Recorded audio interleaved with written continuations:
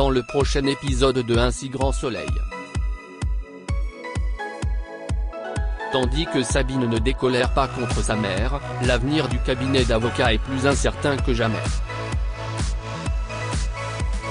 En parallèle, la vie de Ziggy ne tient qu'à un fil. Christophe pourra-t-il le sauver ? Attention, les paragraphes qui suivent contiennent des spoilers sur l'épisode d'Un si grand soleil diffusé demain soir sur France 2. Si vous ne voulez rien savoir, ne lisez pas ce qui suit. Mercredi 4 janvier dans Un si grand soleil. Christophe tente de sauver Ziggy, et une nouvelle piste se dessine pour Manu. Christophe discute avec Hugo au téléphone et lui explique qu'il veut déconditionner Ziggy. Pour lui, même si Ziggy a tué son maître, ce chien est une victime, sa place est dans un refuge.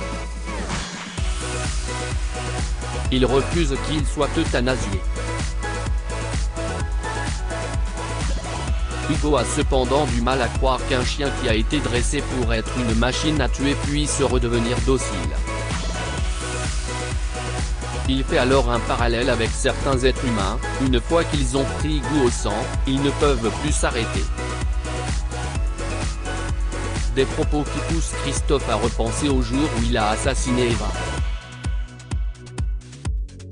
En parallèle, au commissariat, Manu informe Soline que si est bien Ziggy qui a tué son frère. Elle n'arrive pas à y croire, Ziggy a toujours été gentil selon elle. Manu envisage que son frère ait été violent avec lui et que l'animal se soit vengé plus tard. Mais pour Soline, si est impossible. Hervé ne cesse de jamais énervé après son chien. Et elle refuse également de croire à l'hypothèse qu'Hervé ait dressé son chien à l'attaque et au combat.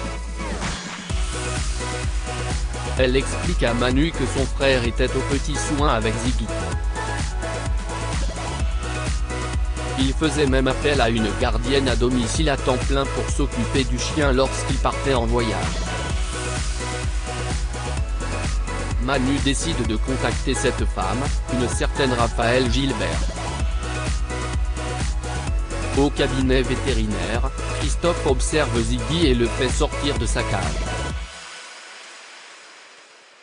Charles est stressé et demande à son patron s'il est sûr de lui.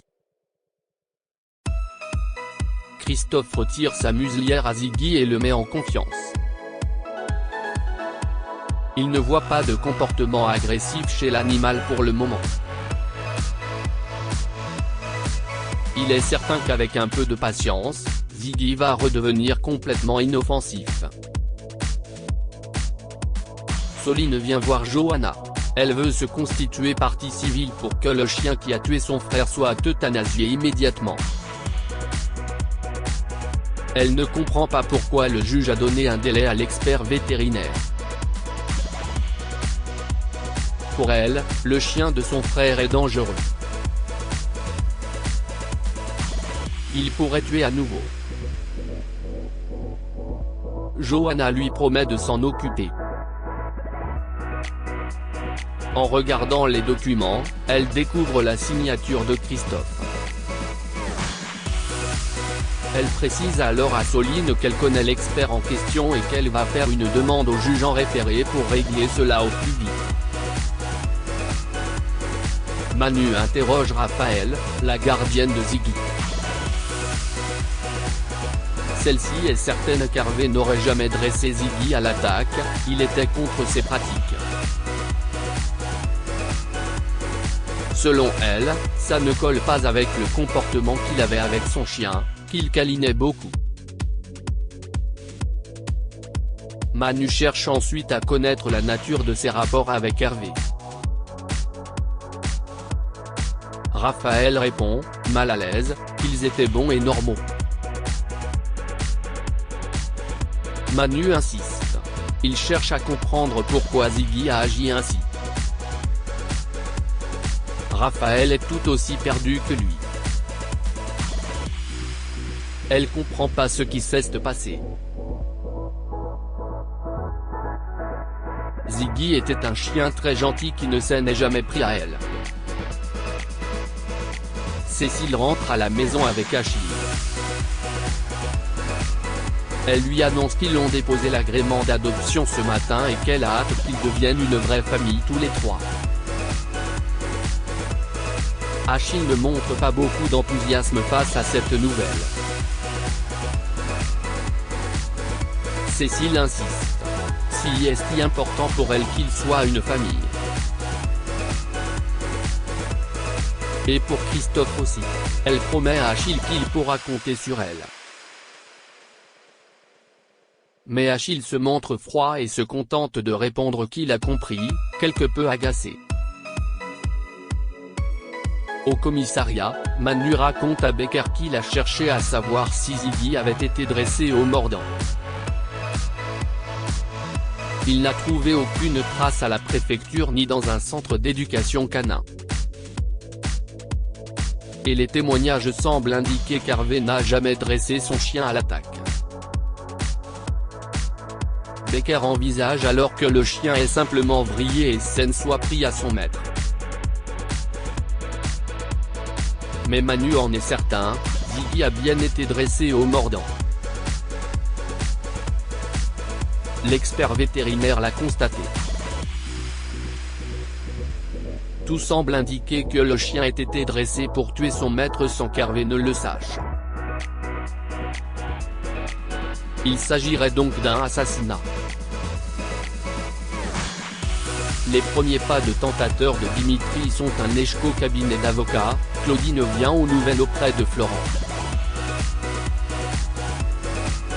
Ce dernier lui répond que Johanna et lui sont toujours en train d'étudier sa proposition. Claudine a l'impression que Florent est hésitant et lui demande s'il doute de ses capacités. Florent lui assure que ce n'est pas le cas. Il la trouve brillante mais lui explique qu'avec Johanna ils ont réussi à créer un équilibre. Ils ne veulent pas risquer que l'arrivée d'un nouvel associé rebatte trop les cartes. Claudine estime que tout se passe bien depuis qu'elle est au cabinet. Elle ne voit pas pourquoi une association à trois se passerait mal. Mais elle promet à Florent qu'elle respectera son choix. En parallèle, Dimitri, qui s'est préparé à sa mission de tentateur avec Eve, entre dans la boutique de Sandra et lui demande si elle peut lui laisser des flyers pour un concert. Après un appel avec Eve ayant pour but de faire comprendre à Sandra qu'il s'y connaît en musique et en rock, Dimitri raconte à sa cible qu'il est tourneur pour des labels indépendants de rock américain. Il lui relate quelques anecdotes amusantes et leur échange est convivial. Mais Sandra finit par l'interrompre, elle doit fermer la boutique car elle a un rendez-vous. Dimitri lui propose de la déposer quelque part, mais Sandra décline. Dimitri ne se démonte pas et lui demande son numéro afin de lui proposer des plans de concert. Sandra refuse. Pour lui, leur client peut être rassuré, Sandra ne cherche absolument pas à aller voir ailleurs. Après tout, elle a refusé de lui donner son numéro. Claudine ne voit pas en quoi il s'agit d'une preuve. En voulant faire écouter la scène à Claudine et Eve, Dimitri réalise que l'enregistrement n'a pas fonctionné. Il n'a rien. Aucune preuve à donner à leur client. Claudine trouve que ce n'est pas du tout professionnel. Elle suggère d'investir dans un enregistreur sinon, avec ces méthodes, l'agence ne va pas durer longtemps. Plus tard, Dimitri confie à Eve qu'il ne s'est pas trouvé assez convaincant avec Sandra.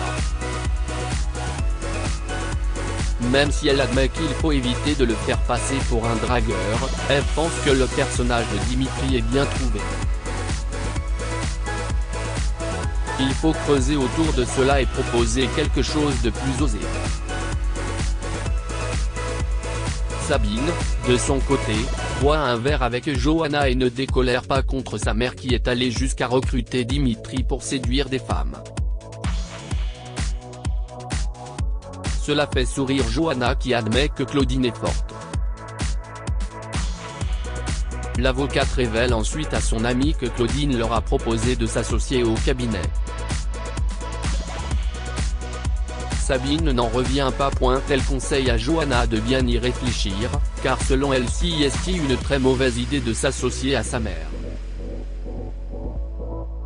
Sabine raconte à Johanna que Claudine a harcelé pendant des mois son précédent associé pour qu'il lui cède ses parts, et que ce dernier a fini par les lui vendre au rabais juste pour se débarrasser d'elle. Johanna tombe des nues.